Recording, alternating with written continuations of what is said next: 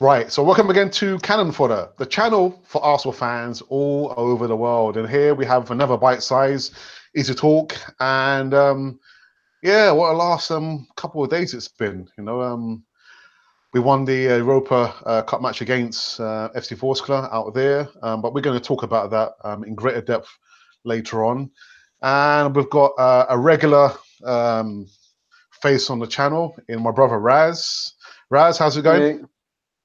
Yeah, it's going good. I'm in a makeshift room. I'm not in my usual location, as you can tell. So yeah, I'm all good. You okay?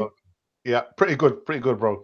And we have, for the first Good. time on Cannon Fodder TV, the Easy Talk, Richard from Arsenal TV. Richard, how's it going, man? Yeah, I'm good, man. Hey, nice I'm in my local place where I normally am doing my videos, but yeah, I'm good. Yeah. Thank you for inviting me onto the channel. No, we like to reach out to all the Gunner family. You know what I mean? Yeah. But yeah, just some of the things we wanted to talk about was one of the things. Well, I came to my mind was so far we're one quarter of the way through the season. Which player has been the most disappointing player so far this season? And I was thinking, am I being fair? Because again, we're not even halfway through the season. We're in transition. We've got a new manager who's got his philosophy. But for me, there's one player who sticks out a mile, and that is Henrik Mkhitaryan. Now, when I saw him in the pre-season, he looked sluggish. He looked disinterested. His form is just way off. And I thought, all right, we've got Mkhitaryan, we've got Aubameyang, and I thought, oh, there's going to have some kind of link-up play when they were playing in their previous team, but I just haven't seen it there. I just haven't seen him, setting the world ablaze. So, but guys, for you, who's your most disappointing player of the season so far? Who are you going to put that out to? Either one of you. All right. Well, I'll say I'll put two possibles, and it may be a bit harsh on one, but I put down Mustafi as one, and I did put Mkhitaryan as two. I think Mkhitaryan, first off, he came from a lot of promise, and he came from a team, one of our main competitors, one of our fierce rivals from Man U. And I thought that, right, he's coming, he's going to prove a point. And he scored a couple of goals, to be honest. But like you mentioned in your intro, he had the pace of what I expected for him, to be honest. He just seemed to be just dawdling or idling. He's just getting by. And I thought that the relationship that he had with Aubameyang, he knows how to push that play forward, and he hasn't pulled up any trees. The second part I would say is Mustafi, mainly because there's always a mistake with Mustafi. When he dived in Palace, and there's a few other slips in other vital games that he's played as well, it always puts me on edge when he's in our defence. I know that on occasions he has pulled out, again, he has put some really remarkable performances, particularly against Liverpool. So with Mustafi, it's a bit like 50-50. But as you mentioned, with Mkhitaryan, he hasn't really set the world ablaze. So I'll go along with what you say. Yeah, Mkhitaryan is definitely the guy who has not been as consistent and has been as the player that we thought he would have been. Richard? For me, I would absolutely agree with Ruff. One of them has got to be Mustafi for me. It could have cost us a game against Bournemouth last time out in the Premier League with that silly. He didn't need to lunge in like that. But Mustafi frustrates me. It's like 1 minute he has a good game, next minute he has a bad game, and he just can't stay consistent. And with the players, that is what we need. We need consistency. I think the only player that's mainly been consistent and the most impressive has been Alex Iwobi. But my other player in terms of between those two is definitely Mkhitaryan. He hasn't been sharp enough. for me. I feel that for Mkhitaryan, I was expecting more from him in the part when he has been selected, but he's just not giving it. So I would, in that position, I would have literally chose Iwobi over Mkhitaryan all day long, because I just don't know what's going on with him. Is there something behind closed doors he's not saying about, or is something playing on his mind that's making him not perform well, or is he not understanding what the manager wants him to do, or is it because that he knows there's competition on his hands? But Richard, you know, for us, it's plainly clear to see that Mustafi, again, you don't know what you're going to get with him from one match to another. Then why does Emery continue to pick him? Why does Emery continue to pick him? I don't know. I think Mustafi gives something that probably what Rob Holding doesn't, and I think that's in terms of experience. So it might be because he's the more experienced player to what Rob Holding has. But I feel the past couple of games, Rob Holding has been playing better than him. Yeah. But I don't know. I think it's just down. I think it's just down to experience, really. Why Emery's going for him? Yeah. Well, I think what Richard mentioned about Mkhitaryan and the fact there's competition. I don't know if it's something psychological or if he feels that, well, I'm picked, so I can just, you know, I can still put out these kind of like performances. But it's surely Emery must be looking at him with a microscope and thinking, what is it that I need to do in order to get him to play more effectively for the team? If he's still being picked, you know, Emery must be seeing something in him that we can't see. But you know, we go by results, and at this moment in time, he's not giving me any.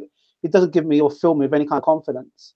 Yeah, I know we've spoken about this before. You know, with Emery, he's very meticulous with, you know, the footage of the opposition and how we've said again his in-game management.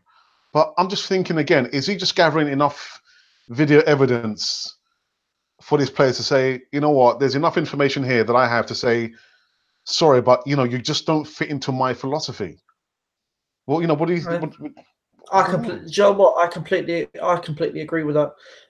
Maybe I don't know. I know Emery's looking for players in terms of transfers in January. I know he's looking for another left back, and I think what I read up, he was looking at Philip Lewis from Atletico Madrid. So I guess that's going to be one of his key left backs. As we know, Philip Lewis has also played for Chelsea as well. So maybe that's one of these areas that he's looking into, and maybe he might bring in a winger as well. So if he's going to go for a winger, I'd probably say Malcolm from Barcelona. Yeah, that's a good shout. That is because Malcolm's not getting enough time at Barcelona either. So, so you guys reckon that Mustafi has definitely been earmarked to be out of Arsenal, maybe not in January, but maybe the next available transfer window? Well, Alex, as I've said in my previews, I've said that this is going to be an important season for Mustafi. If he doesn't be more consistent, I can see Emery shipping him out and getting another player in. Yeah. No one's safe. None of the players are safe. And that's really a good culture to be in, because under the previous manager, I hate to have to keep on pulling back Arsenal at certain times, but Arsenal was a manager that pretty much left the responsibility with the player. But what we've seen in Unai Emery is that he's literally telling them, look, I want you to play this way. And he, you know, whether he do it by playbook or he do it by video or he talks to them, he's pretty much in their faces, and he tells everyone that, look, at the end of the day, your place ain't safe. We've got youngsters now pushing up. So it's pretty much do it my way or look out. That competition from your own team is going to come up and take your place. So yeah, I reckon that's the way it should be. It should be a culture of your place isn't safe. Yeah. Talking of which, in my intro, I did speak about the Europa League Cup match we played against FC Vorskla. We knew last minute or 11th hour that the match had been moved to a different venue. However, like I was chatting with Richard through the DMs in Twitter, you know, Arsenal, we got the job done. There was no injury scares. Again, it was like under 21s, under 23. squad we sent out there, and they got the job done. Very, very mature performance there. But yeah, what's your opinion about the match last night? Do you know what? I feel that the Voskuila game was an important game for Voskuila, but it wasn't really that much important for us, because even if we went over there and we drew the game, we still would have qualified anyway. So it wouldn't have really mattered to Emery. I don't think he's probably more concerned about the Sunday's game, the North London derby, as well as Man United. So even if he drawed, I think he still would have been happy. But I feel that, well, for us, I feel the younger players actually put in a decent performance, especially Emerald Smith-Rowe getting a goal, and obviously got one disallowed for unstrange reason. But apart from that, I feel that we played brilliant. Guendouzi, he bossed that midfield. He demanded that, and I don't know if he's going to be knocking on that door for Sunday game, thinking you got to pick me. But I can't see it. I reckon he's just going to go with Torreira, because Torreira is going to be key for this game. Guys, you know what? Early this morning, I was just looking at the highlights, because I didn't see the second half for family reasons. Ralph will know why. And I saw a comment by Martin Keown on BT Sport, and apparently he's saying that Emil Smith-Rowe will need to leave Arsenal if he doesn't get selected to be part of the first team. Wow. I think that's a bit extreme. It's early days. It's early days. I think, in my personal point of view, I think Smith-Rowe would be a perfect replacement for Aaron Ramsey. For me, what I saw last night was the changing of the guard. That you see one player who's been at Arsenal for 10 plus years, and a new player who has the potential of taking Aaron Ramsey's place. But to say that Emil Smith-Rowe will need to leave Arsenal if he's not chosen to start in the first squad, I think it's a bit strong, isn't it? Don't you think? Yeah, I don't know where Martin Keown is going with that. He's a young player, like you mentioned, and at the end of the day, we need to be able to keep these young players, because as we've seen in the past, if we play them too much, they tend to get injured, and then we're back to bare bones again on the bench. If we don't use their potential, they get bored and they end up going to our rivals, or we ship them out. So I don't know where Keown's going along with that. I mean, everyone's earmarked Emma Rose Smith, and he's backed it up as well. So I think it's very important for us to keep a player like him, and to also reward him by, pretty much give him a chance in the first team. About the youngsters last night, when you think about it, all our main first team players didn't have to go out. We had Rob Holding, who went. I'm trying to think what other player as well, other than Guendouzi. Well, you mean the senior players, or senior? Yeah. Yeah. Nenny went. But it was good that we can rest our players for what's coming up on Sunday. So for the youngsters to take the mantle and to show the boss, look, you know what? I'm here now. I've scored a couple of goals. I put in a really good performance as well. It's looking good for us. But I don't know where Keown's going along with this, getting rid of giving ideas like that, because to me that's dangerous. Yeah. Well, I don't know. He seems like a mature guy anyway. He's got his father making sure he's doing the right thing. So yeah, to say that he probably needs to leave Arsenal to find first team football, I think that's it's early doors, man. It's too soon to be saying that. But Richard, I think you're right that in a sense it was a game that we could have done without, because we've got the North London derby just around the corner. But again, the main thing is not many first team players featured in the match last night, and the youngsters got the job done. And as well, apparently people have been telling me on Twitter that Joe Willock was man of the match. I didn't see the second half. Yeah, I didn't see.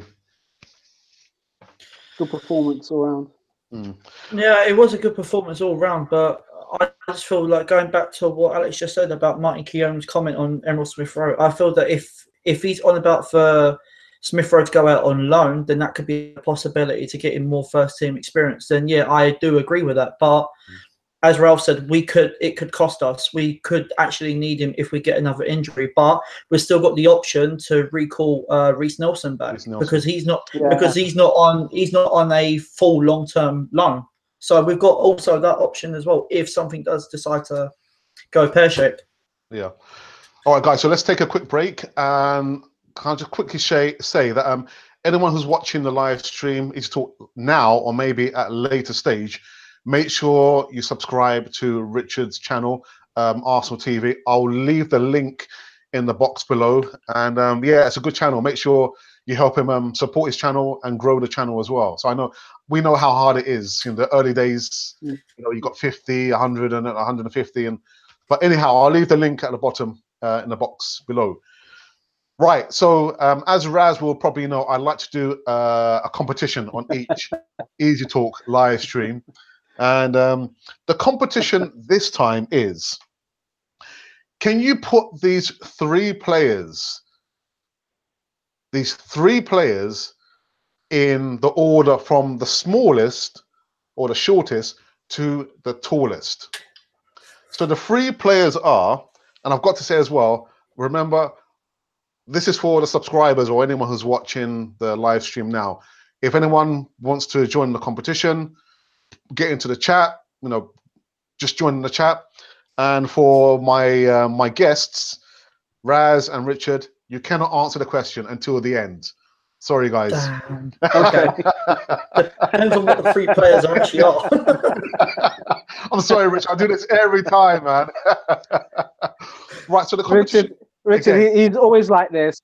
He's always like this. And my mind, I've seen the videos before, so it's all right. Right, again, the competition is, can you put these three players in order from the shortest to the tallest? And the three players are Pierre-Emerick Aubameyang, Kanu, and Thierry Henry. Put these three players in order from the shortest to the tallest. So again, I think I've actually got it in order right now. All right, okay, well, hold it. When we get towards the end of the EASYTALK, then we'll go through the competition again. So just quickly again, the three players are, maybe in a different order, Aubameyang, Kanu, and Thierry Henry, from the shortest to the tallest player. Right, so just moving on again in the EASYTALK, the debate. The Aubameyang effect. What do I mean by that? I know he's top scorer so far with 8 goals. I think he's level with Sergio Aguero. But we play him predominantly in the winger position. He doesn't look comfortable there. So I don't know. Do we start with him, Lacazette up top, Aubameyang on the wing? Or is there a case for Aubameyang to start on the bench and use him as an impact player? What do you think? What do you think, guys? Do you know what? I just think that Aubameyang needs to be more closer to Lacazette, not too far out on the wide. Either that, play him as a 2 up front. That's another option. But I just feel that Aubameyang just needs to be that little bit closer to Lacazette up front. I think that's really all to it. But I would start him. But if there is a case on one of the games, maybe away from home, then yeah, put him on the bench and then bring him on as an impact player if something does go wrong. Raz, what do you think? Man, like I've said in the past that when Lacazette first came over, he was running his guts out, and it was almost pretty much predictable that he was going to be substituted. So I think it made him rush his play a lot more. And now since under Unai Emery, his play now seems to be holding up the ball more, and I think he's inviting Aubameyang to, when the both of them start together, he invites Aubameyang to because they have that kind of relationship, to have shots on goal. So that's the reason why Aubameyang is our main top scorer.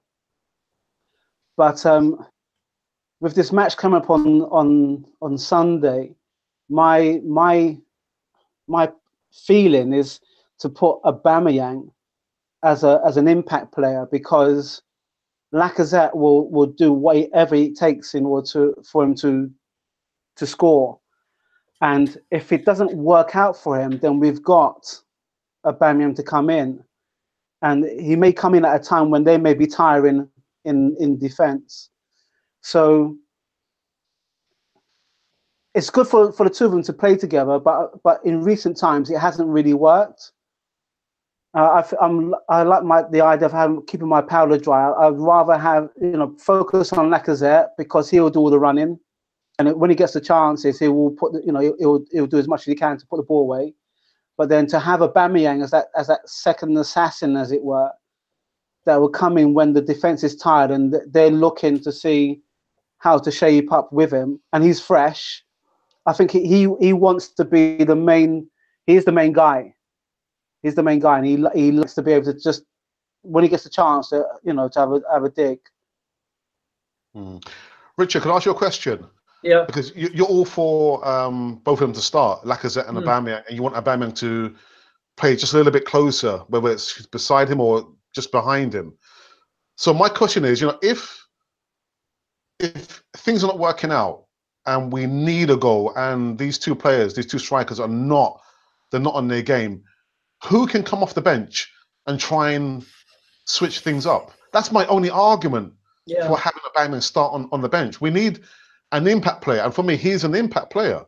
But if you're starting both strikers and they're just not clicking, who do we have to come off the bench and kind of switch things up? Well, I would say if Danny Welbeck wasn't injured, then I would have said him, but because he doesn't mind what he does. But I didn't really think of it that way. But yeah, maybe Aubameyang for this game would be better off being an impact player. But I don't know. I just feel that they, if not them, just play him as a two up front. I think that would work out better, because if you've got Ozil in front, because you could have that look like a diamond bit where you can have one up top, Torreira behind, and you could have another two beside. So it stops the middle for them getting through. But then once they know that that's done, then they're going to play out wide, and then that's where that's where they're going to cause problems. But because I think for our defense, I think our fullbacks may be the problem. Yeah, because I looked at the game against Bournemouth with Bellerin when was it Brooks that went up when the Bournemouth was on the counter attack and Joshua King scored the goal. Bellerin didn't even track back to support the defense. All he done was just jogging, and then all of a sudden he knew that they was near the goal. Then he started running. Why do that? If you know that team's on the counter attack, just go for it. To his back. Bellerin's got the pace to go there quicker before they even scored the goal. But Bellerin didn't even do that, and I feel it's our fullbacks that is the main problem, not our main defenders. But I feel it's the fullbacks. Yeah, it's a weird one, because again, you see a lot of footage coming up from Arsenal in their training. They're doing the drills, but it just doesn't get it doesn't translate onto the pitch.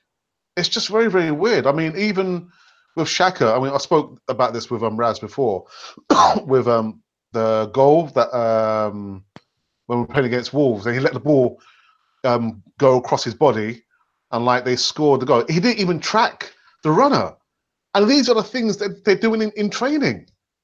Track the runner.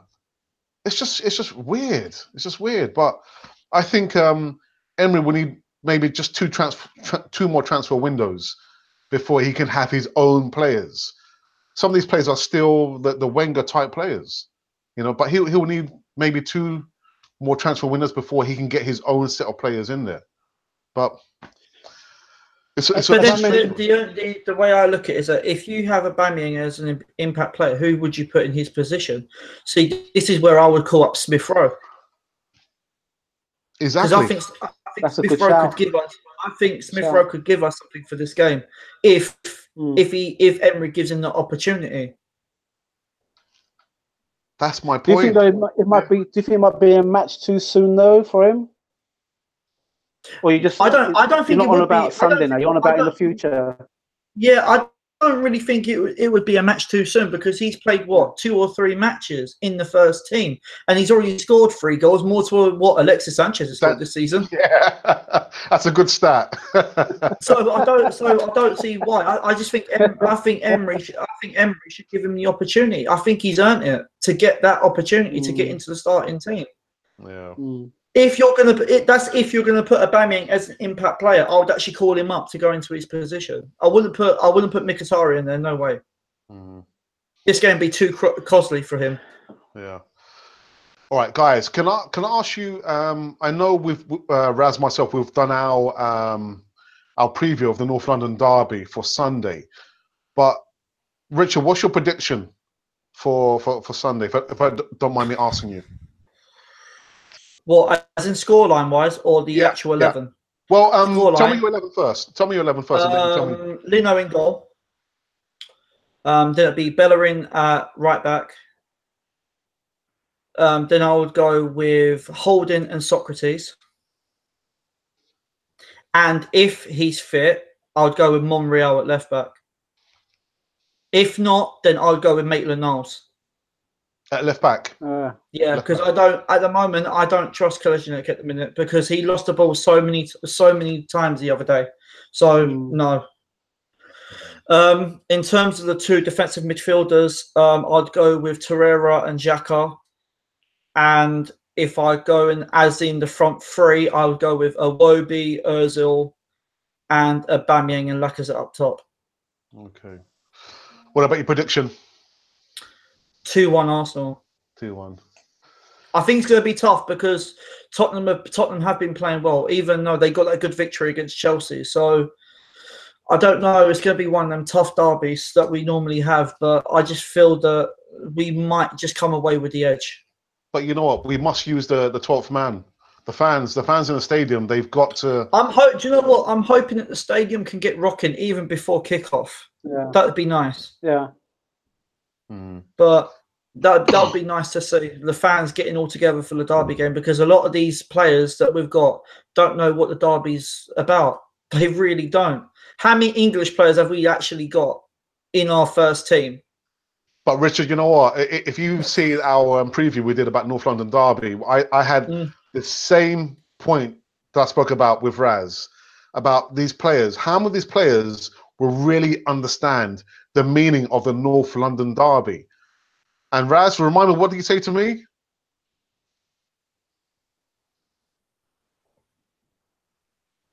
Raz?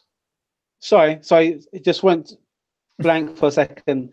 Yeah, I said what I said was to Alex is that back in the day, Tony Adams, he pulled up Lee Dixon and showed him that, you know, this is the game. This is the game that we can't be messing about. And also just watched a little thing on Wrighty as well. Wrighty wished that he could play in another derby, because he knows how important it is. Yeah. Us as fans, if the players can feel what we feel at this moment in time, that this game is to me, this is the pivotal game. You know what I mean? All these other games now, they've gone to the wayside now. This is the pivotal game. This game and Man U.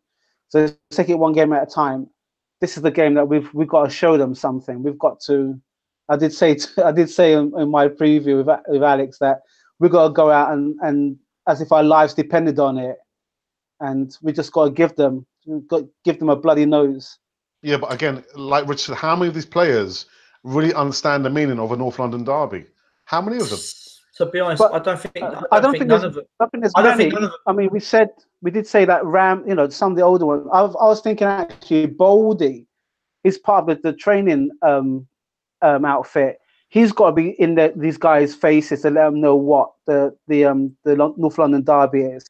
Freddie Lundberg, another one with the under-23s. He knows what the London derby is about. Perez as well. There's one or two players. Yeah, there's one or two of the older players there that must know. Ozil must know by now. You know how important it is. You know, everything is really resting on this match. And it shouldn't really matter if you're a foreign player. Once you wear that red shirt, that is it. That's the bottom line. We play against the Man Uniteds, the Man Cities, the Liverpools, the Chelseas, but this game, dominates. It's one of the biggest games in the calendar. This game dominates, and they have to understand that.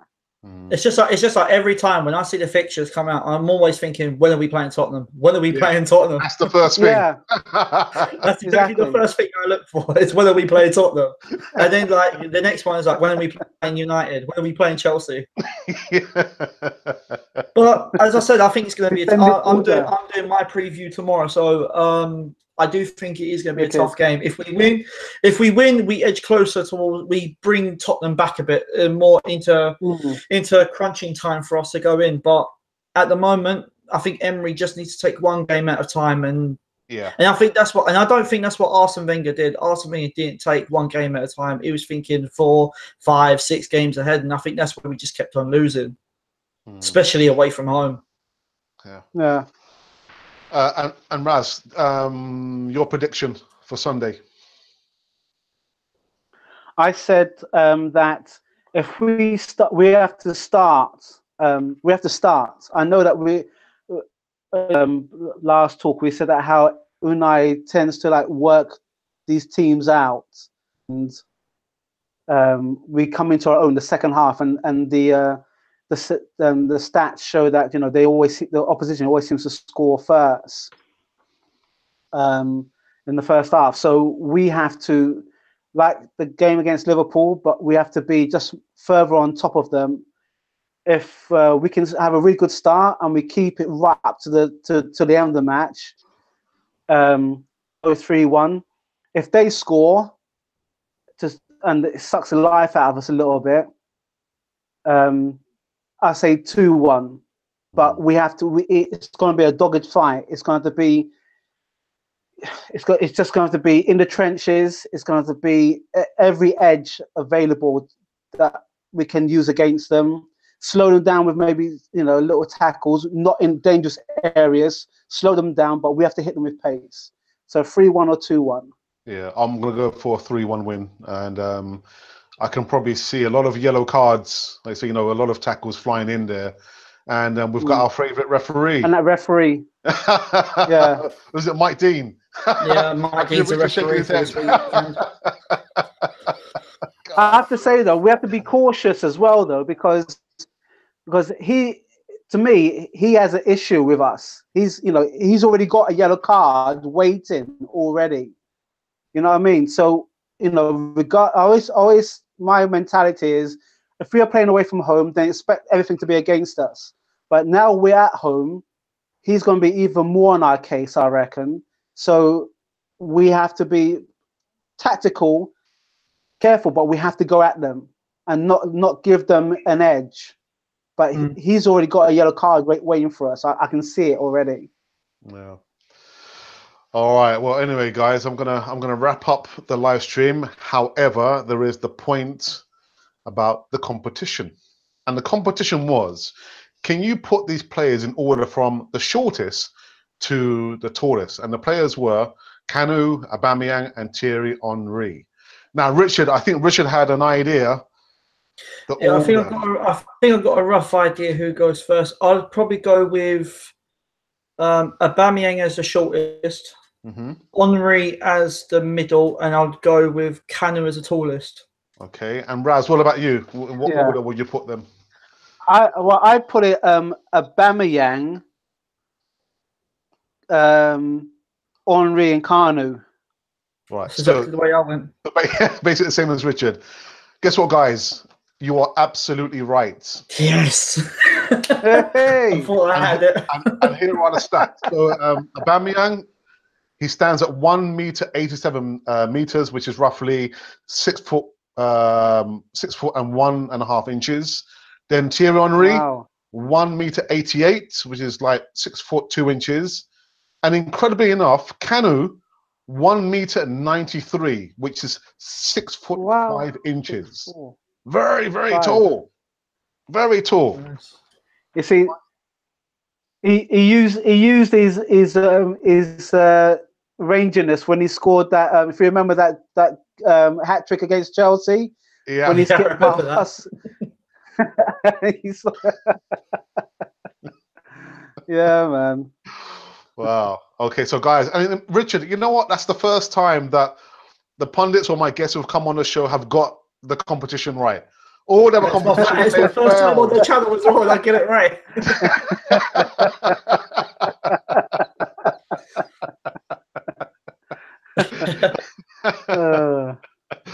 Anyhow, guys, Richard, I want to say thank you very much for coming onto the Easy You're Talk. welcome. And we're going to be doing something very, very big in the new year with everyone who's come onto the show. But you know, keep tuning. We will keep in touch anyway. But Yeah, of course. I hope you can come on the show again, maybe before Yeah. Christmas. Again, Yeah, I'm up for that before Christmas. I'm definitely up for that. Brilliant. Again, whoever's watching, make sure you subscribe to Richard's channel, Arsenal TV. And again, I think I've left the link in the box below. Raz, as always, thanks for coming on the live stream. And yes, thanks very much for having me. Yeah, wicked. Anyhow, guys, you know, whoever's watching, this has been Cannon Fodder, the channel for Arsenal fans all over the world. And we are